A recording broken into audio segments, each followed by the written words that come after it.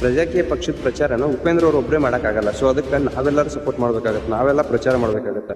But ಎಲ್ಲರಿಗೊಂದು doubt ಬರುತ್ತೆ, ನಾವು ಹೆಂಗೆ ಪ್ರಚಾರ ಮಾಡೋದು? ನಾವು ಡೈಲಿ ರೋಡ್ಗೆ ಹೋಗಿ ಉಪೇಂದ್ರ ಅವ್ರಿಗೆ ವೋಟ್ ಹಾಕ್ರಿ, ಪ್ರಜಾಕೀಯಕ್ಕೆ ವೋಟ್ ಹಾಕ್ರಿ ಅಂತ ಹೇಳೋಕ್ಕಾಗಂಗಿಲ್ಲ. ಸೊ ಹೆಂಗೆ ಮಾಡ್ಬೋದು ಅಂತಂದ್ರೆ, ಯಾರ್ಯಾರು ನಿಮ್ಮ ಕೆಲಸದವಾಗ ಡೈಲಿ ನೀವು ಏನು ಕೆಲಸ ಮಾಡ್ತಿರಲ್ಲ ಅದ್ರೊಳಗೆ ಅದನ್ನು ಇನ್ಫಾರ್ಮೇಷನ್ನ ಶೇರ್ ಮಾಡೋಕ್ಕೆ ಟ್ರೈ ಮಾಡಿರಿ. ಆ ಇನ್ಫಾರ್ಮೇಷನನ್ನು ಜನರಿಗೆ ರೀಚ್ ಮಾಡೋಕ್ಕೆ ಟ್ರೈ ಮಾಡಿರಿ. ಹೆಂಗಂತಂದರೆ, ಈಗ ನಾನು ಕಂಟೆಂಟ್ ಕ್ರಿಯೇಟ್ ಮಾಡ್ತೀನಿ ಅಂದ್ಕೊಳ್ಳಿ. ಸೊ ನಾನು ವಿಡಿಯೋ ಮೂಲಕ ಜನರಿಗೆ ಇನ್ಫಾರ್ಮೇಷನ್ ರೀಚ್ ಮಾಡ್ತೀನಿ, ಅಂದರೆ ಪ್ರಚಾರ ಮಾಡ್ತೀನಿ. ಓಕೆ, ಕಂಟೆಂಟ್ ಕ್ರಿಯೇಟರ್ಸ್ನ ಬಿಟ್ಟು ಬೇರೆ ಜನ ಇರ್ತಾರಲ್ಲ, ಸೊ ಅವ್ರು ಹೆಂಗೆ ಹೆಲ್ಪ್ ಮಾಡ್ಬೋದು ಅಂತಂದ್ರೆ, ಈಗ ಒಬ್ಬ ಹೋಟೆಲ್ನಾಗ ಇರ್ತಾನೆ. ಹೋಟೆಲ್ ಓನರ್ ಏನು ಮಾಡ್ಬೋದು ಅಂದರೆ, ಬಂದವರಿಗೆ ಪ್ರಜಾಕೀಯಕ್ಕೆ ವೋಟ್ ಹಾಕ್ರಿ, ಅವ್ರ ಥಾಟ್ಸ್ ಚಲೋ ಅದಾವು, ಸೊ ಅದರಿಂದ ನಮಗೆಲ್ಲ ಬೆನಿಫಿಟ್ ಆಗುತ್ತೆ, ಎಷ್ಟಾಗುತ್ತೆ ಅಷ್ಟು ಸಪೋರ್ಟ್ ಮಾಡಿರಿ, ಪ್ರಜಾಕೀಯಕ್ಕೆ ವೋಟ್ ಹಾಕ್ರಿ ಅಂತ ಒಬ್ಬ ಹೋಟೆಲ್ ಮಾಲಕ ಬಂದಿರೋ ಕಸ್ಟಮರ್ಸಿಗೆ ಹೇಳಿದರೆ ಅದು ಎಷ್ಟೋ ಪ್ರಚಾರ ಆಗುತ್ತೆ.